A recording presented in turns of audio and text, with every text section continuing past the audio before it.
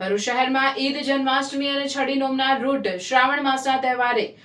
Road રસ્તા સહિતની સુવિધા મુદ્દે કોંગ્રેસ દ્વારા મુખ્ય અધિકારીને આવેદનપત્ર પાઠવ્યું. ભરૂચ નગરપાલિકા પૂર્વ વિપક્ષના નેતા અને કોંગી નગરસેવક શમશાદ અલી સૈયદ, જિગ્નેશ બ્રહ્મભટ્ટ સહિતના નગરસેવકોએ મુખ્ય અધિકારીને એક આવેદનપત્ર પાઠવ્યું હતું, જેમાં જણાવ્યા અનુસાર શ્રાવણ માસ, ઈદ મિલાદ ઉન નબી, જન્માષ્ટમી અને છડી નોમ સહિતના વિવિધ ધાર્મિક તહેવારોની ઉજવણી થનાર છે, ત્યારે સ્વચ્છતા, માર્ગ વ્યવસ્થા અને સ્ટ્રીટ લાઇટ, ડ્રેનેજ તેમજ અન્ય પ્રાથમિક સુવિધાઓ પૂરી પાડવામાં આવે તેવી માંગ કરવામાં આવે છે. સાથે સાથે 7 જેટલી માંગણી છે, જેવી કે ઈદના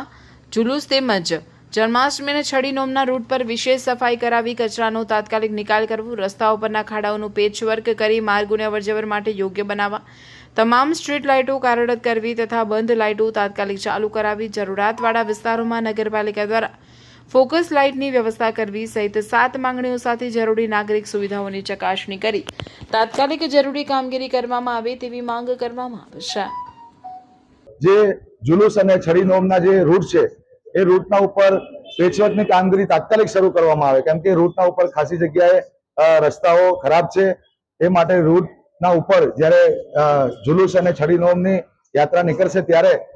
લોકોને તકલીફ ના થાય તે માટેની પેચવર્કની કામગીરી સાથે સાથે સફાઈ કામગીરી નિયમિત કરવામાં આવે, કેમ કે આજે શહેરના અંદર તમામ વિસ્તારોના અંદર તમે જોઈ રહ્યા છો કે કચરાના ઢગલાઓ જોવાઈ રહ્યા છે. તહેવારોના અંદર જ્યારે